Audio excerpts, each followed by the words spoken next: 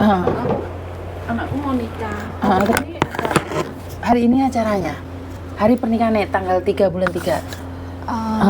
hari ini acara ngirim 2 itu loh. Aku ngundang orang 55, terus tanggal 5 kan pernikahannya. Karena aku mikir kalau acara sepasar itu kan habis dia nikah, pasti udah puasa.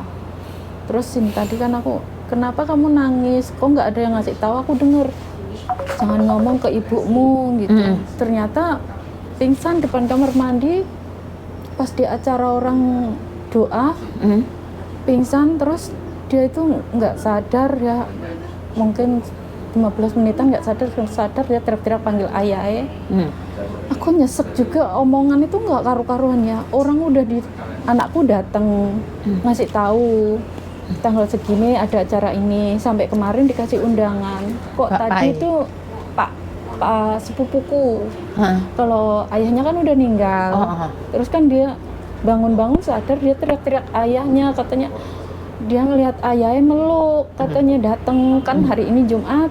Memang harusnya pernikahannya hari Jumat, tapi karena ayahnya meninggalnya hari Jumat, terus dia lahirnya Jumat, pernikahanku juga Jumat, lahir calon suaminya juga hari Jumat.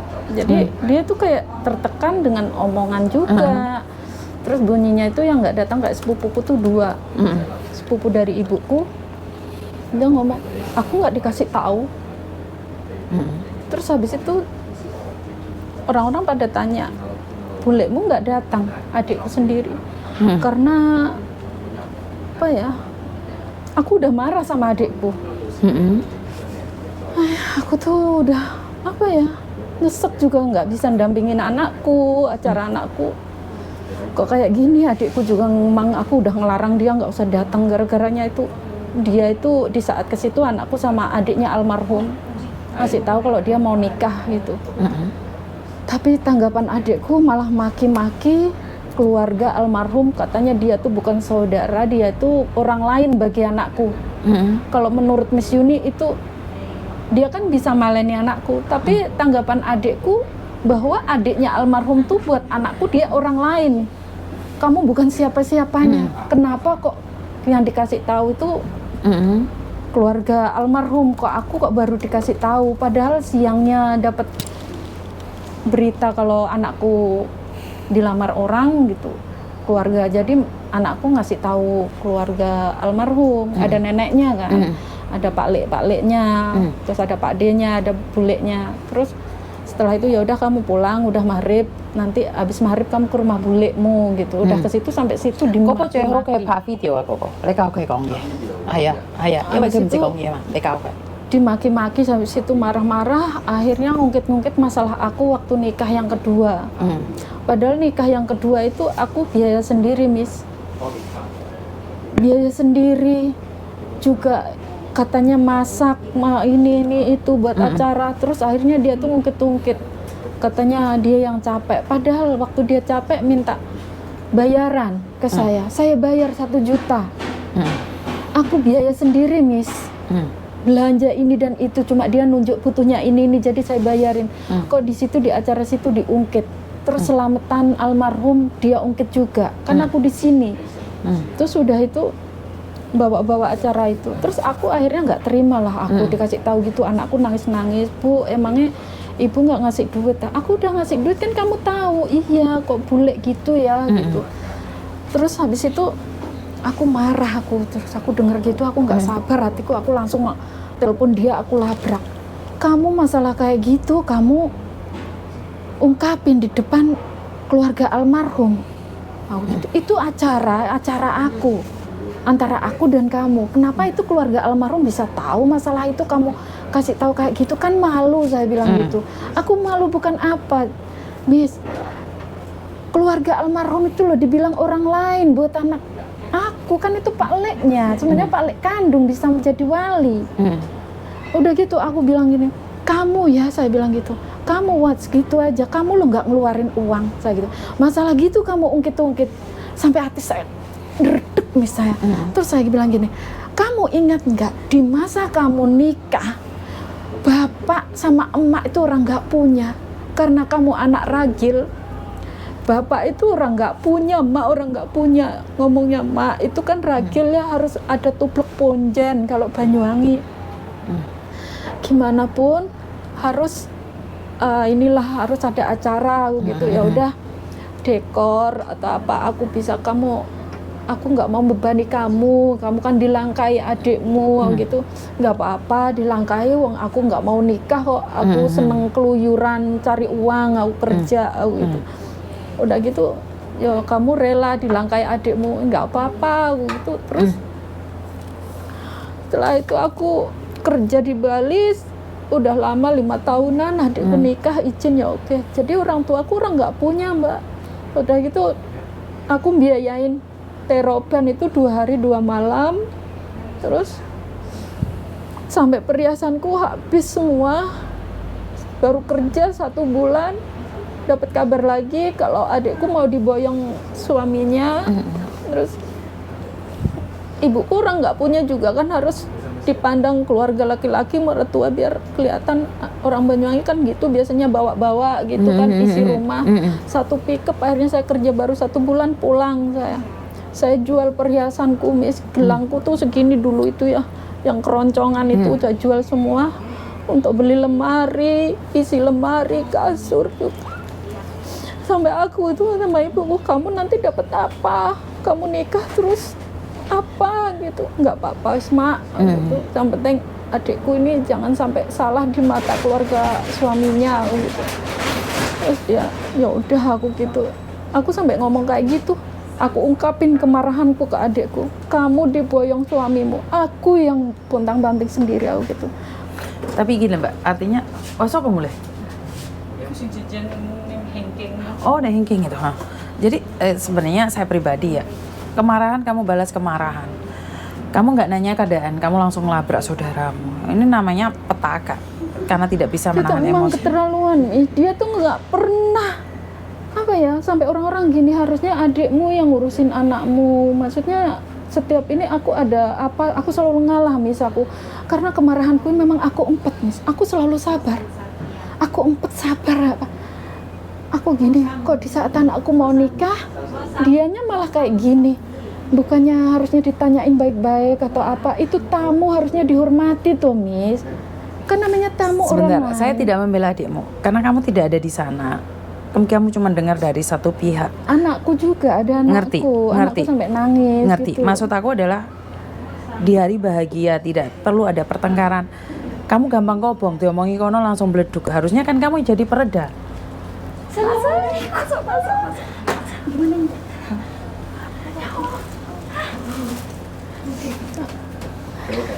Halo. Tunggu dulu ya. Antri aku. Udah apa dengan? Fine. Fine. Di sana dulu. Ya. Tak keplandasmu ya. Antri. Tak kepeplakon gue yo. Kalau saya pribadi, saya tidak menyalahkan apa yang sudah terjadi dulu. Iya Miss, aku tuh memang tahu apa yang terjadi itu, masalah itu tuh aku nggak pernah ungkit-ungkit, tapi yang diungkit tuh masalahnya masalah pernikahanku yang waktu itu dia tuh masak-masak, tapi aku kan belanja sendiri apa yang dibutuhkan ya aku bayar. Tapi kok diungkit, kalau dia yang biaya sih nggak apa-apa diungkit Miss. Terus aku gini, sebentar, di hari bahagia ada orang lain mau ngomong apa kan hak orang lain tuh. Sementing kan kamu nggak kobongan tuh sayang. Kan masalahnya jadi rumit. Saya pribadi saya tidak tahu ya. Saya tidak akan menghakimi karena yang saya tahu di hari bahagia kan nggak seharusnya juga. Yuk biarkan satu orang yang mengatakan tidak bagus. Kan anakmu juga tidak perlu berkata. Menurut saya sendiri ya. Ya biarkan. kasihan loh Miss anakku. Bukan. Gitu. Kan ya kalau kayak gitu dia bisa lebih baik lagi loh. Dia bisa menimba mana yang bagus mana yang tidak. Ya. Benar nggak? Sebenarnya ini adalah hal yang baik. Dia bisa melihat dengan mata kepalanya sendiri siapa yang baik dan siapa yang tidak. Selama ini kan anakku sampai bunyi gini, ibu lo kurang apa? Bule kepingin atap rumah dicukupi butuhnya berapa juta, ibu semua. Udah selesai atapnya ngomong nggak punya listrik sama ibu dibelikan. Akhirnya habis itu uangku dipakai untuk untuk daftar SMA sampai sekarang, sampai aku kuliah semester 5 minjemnya di masa ada emak masih hidup. Sekarang udah 2003, udah 10 tahun nggak dikembalikan. Ibu kurang apa sabar ibu, padahal kok bule kayak gitu sama aku bu gitu. Sekali lagi saya tidak tahu dalemannya. Sekali lagi kita itu gila Mbak, satu tangan aja nggak akan ada bunyinya, bener nggak? Kalau bulenya jahat banget, tapi yang sini tidak melayankan nggak bunyi. Tapi sekarang kan bunyi. Kamu juga terpancing emosi. Karena aku selama ini diem, Miss, aku kurang apa? Aku sampai gini, anakku lo nggak pernah minta kurang beras, nggak pernah sambat ke situ. Ngerti, karena ikhlasnya kurang sayang. Sekali lagi, kamu bantu nggak ikhlas. Giliran DE nggak bener saya ngundat. Ngerti nggak maksud saya? Yang ngundat kan dia duluan, tadinya aku nggak pernah. Ngerti, Ya, intinya itu. kan kamu tetap terpancing. Ya itu, jadi saya itu Sama, sampai nyesek, sebentar, sampai aku nggak bisa sama juga nangis. dengan saya melakukan yang terbaik. Kadang-kadang ada yang mancing-mancing, saya juga tersinggung. Tapi saya tidak memilih marah, tapi saya memilih, ya ini mungkin ada satu yang nggak benar dan kita ditegur. Nggak mungkin kalau sampean semuanya total benar, itu nggak mungkin. Karena mungkin kamu menyakiti dia secara tidak sengaja. Mungkin anakmu nyelekit di hatinya dia secara tidak sengaja. Nggak mungkin berbunyi, Mbak. Seperti yang saya buat komen-komen itu. Kenapa saya bilang, oh ya, saya introspeksi diri. Paham nggak? Karena saya tidak melakukan, ya udah, nggak bertepuk. Tapi sampean kan nggak. Dia menyakitimu kan tepuk terus. Paham nggak maksudku? Karena saya yakin, kalau dia tidak ada luka di dalam, dia tidak akan melakukan itu. Karena ada yang ngomporin, Miss. Kamu sudah tahu ada yang ngomporin, kenapa kamu meleduk? Nah itu jadinya dia percaya sama sepupuku yang satu itu yang suka kompor-kompor, karena aku berhenti kirim uang ke dia. Ya udah, biarkan. Berarti kan sekali lagi saya tidak tahu apa yang terjadi. Kalau sampai terjadi pertengkaran antara keluarga, itu pasti bukan cuma dia yang menyakitimu, kamu juga. Iya. Saya itu sama adik saya tempat bentrok. Tapi karena dalaman kita nggak ada masalah, maksudnya saya tidak membenci dia. Kita tidak pernah bermasalah di dalam hati, kita itu tidak ada bentrok-bentrok. Tapi enggaklah sampai terpancing emosi satu sama lain. Karena kamu selalu melihat dia tidak bagus, selalu menjelekanmu. Pertanyaannya, yakin kamu tidak pernah bersalah sama dia? Yakin anakmu nggak nyelkit hatinya dia? Yakin kamu nggak ngundat-ngundat? Itu kan sama aja, saya. Memang yang buat dia ini kok, aku udah 3 tahun nggak pernah telepon dia, paling cuma chat itu. Karena apa, Miss? Dia itu, kan aku udah bilang, aku bukannya apa, Miss, orang rumah cuma sebesar atau sepanjang cuma 5x6 itu kan. Aku udah ngomong besok kalau aku pulang ya aku kasih, aku disuruh transfer bagian rumah itu, bagian tanahnya itu. Kalau rumah kan aku yang bikin, cuma 5x6 disuruh transfer, jangan tahu suaminya. Dari situ aku kan nggak mau, dari situlah dia itu sakit hatinya ke aku, Miss. Ya kan seperti yang aku katakan, pasti ada dalamnya yang luka. Pasti ada dalamannya yang luka, itu makanya ya aku tanya-tanya sama orang yang ngerti masalah pembagian gitu. Jangan kamu transfer, karena aku nggak boleh harus transfer, jangan tahu suaminya. Itu yang buat aku ya maka dari marah itu. Terus aku bilang gini, kamu minjemnya dulu kamu minjem utang itu di saat emak masih hidup. Sekarang emak sudah nggak ada, kamu minta bagian, berarti waktu kamu minjem udah direncanakan kalau emak mati untuk bayar utang. Itu aku marahnya dari situ aku, Mas. ya kan bisa dibicarakan tuh, sayang. Semua itu bisa dibicarakan. Kan emosi itu yang dikontrol. Sebenarnya kan sekali lagi saya tidak tahu ya, untuk sebuah pernikahan ya, acara yang sebegitu abadi, begitu membahagiakan, kontrol emosi itu yang perlu. Paham nggak maksudku? Ya bukan berarti kamu menikah terus pingsan terus masalah selesai, kan nggak selesai kan masalahnya. Iya, aku Dengan- kasihan anakku, aku nggak bisa pulang kok kayak gini. Maksudnya udah jadinya anakku sendiri, semuanya sendiri. Bagus Dia loh, dia mandiri lah. Iya, ngurus surat atau ngasih tahu saudara-saudara lain, dia sendiri sama adiknya. Dia dari kecil memang sendiri. Berarti cuma dia berdua adalah aja. anak hebat. Ya udah nggak apa-apa. Berarti dia itu adalah anak hebat, nggak usah Iya, berpikir yang jadinya aneh. aku yang gini kasihan sampai anakku pingsan kayak gitu.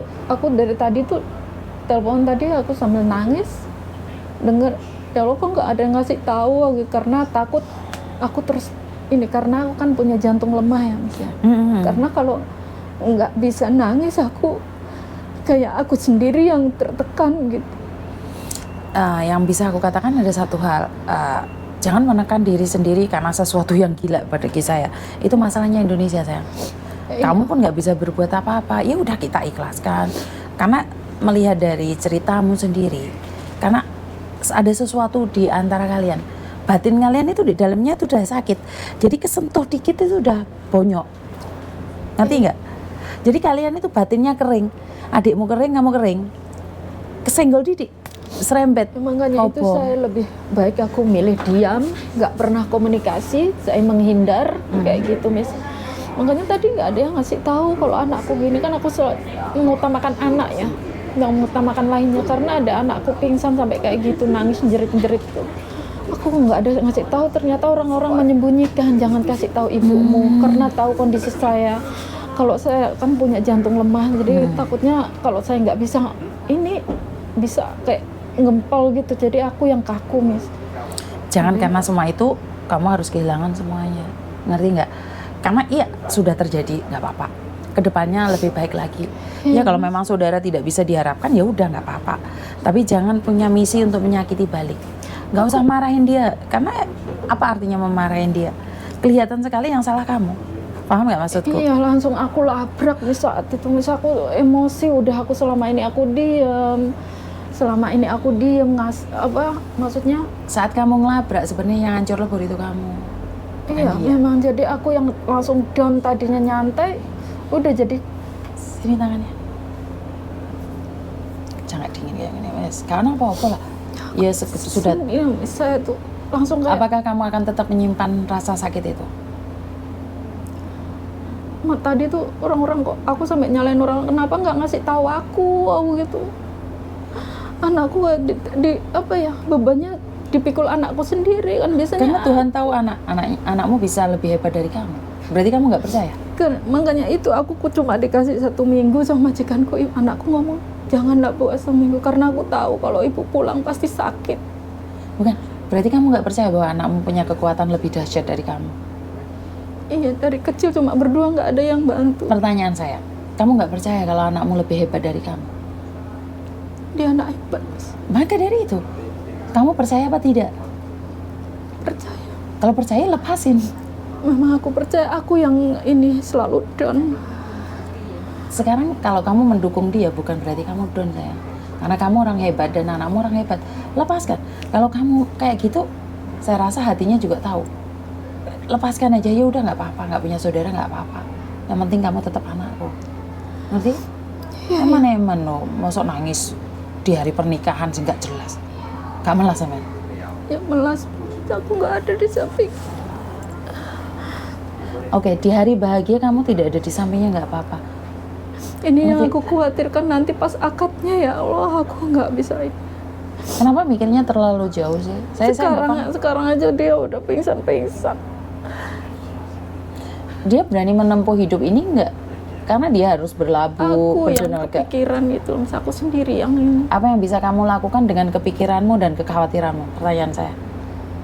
Apa yang bisa kamu lakukan? Kasihan dia nggak ada Bukan, siapa-siapa. apa yang bisa kamu lakukan? Ya, Kekhawatiran membuat kita sakit, kekhawatiran membuat kita hancur. Apa yang bisa kamu lakukan dengan kekhawatiran? 1, mengikhlaskan dan membiarkan.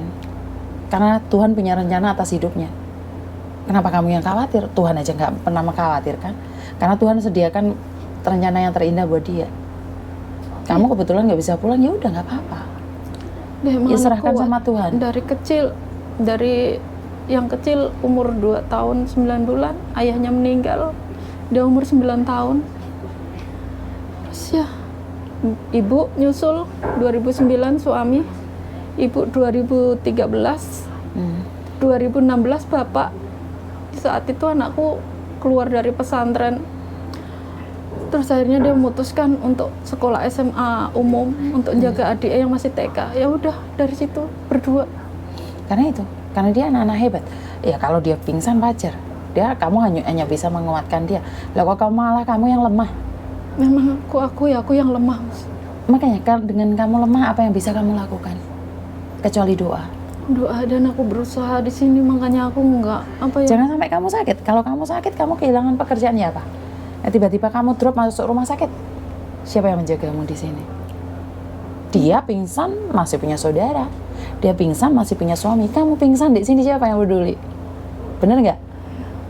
Bener nggak? Secara logika. Makanya aku nggak ingin apa ya, bukannya aku tuh nggak kangen kampung, rumah, kadang keinginan saya nggak mau pulang. Wes rasa nangis. Dino semua anaknya nikah malah nangis sih. Hah? Enggak sih.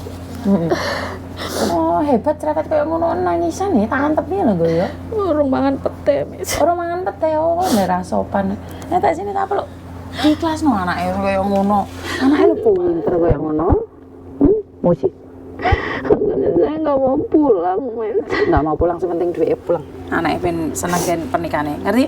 Iya, 1 bulan ini aku kirim 4 kali. Oh yuk, gajimu piro kirim 4 kali? Ya, yang dulu-dulu ya, Pak. Kan saya ngirimnya nggak aku cor, Miss. Oh. Jadi saya nggak mau ngacur karena kebutuhan tadi kurang juga, jadi nggak aku cur di ATM-nya. Oke lah, berarti wis tenang toh. Wis nangis lega toh atine indil-indile. Sudah kesini. Sudah ke sini. Jadi terima kasih buat teman-teman, kebetulan baterainya habis dan kekhawatiran itu memang tidak bisa membantu kita apa-apa. Mbaknya ini terlalu sayang sama anaknya kuat, dianya yang drop. Jadi ya wis gak apa-apa, namanya orang tua ada yang kuat, ada yang enggak. Karena itu saya selalu pesan buat teman-teman yang ada di Indonesia sana, keluarga yang ada di Indonesia, sebagian dari kita itu menderita. Mereka tidak cerita aja penderitaan mereka. Karena itu saya selalu bilang, bantu doa agar keluargamu di sini selalu memberikan yang terbaik dan rezeki itu bisa dikirim buat kalian semua. Dan terima kasih, kurang lebihnya saya minta maaf. Wassalamualaikum warahmatullahi wabarakatuh. Berkat Tuhan mengalir atas hidup kita semua, semoga semua makhluk hidup bahagia. Dan terima kasih, bye-bye. Gak usah nangis. Tak senang sing elek-elek kok. Alhamdulillah, walaupun anakku juga aku beban berat, juga anakku aku sabar. Selalu dapat hadiah. Hadiah dari? Kakek mau beli emas, tapi kan saya nggak bisa ngirimnya. Terus habis itu ibu kirim uang, udah dibuat beli anting 2 gram.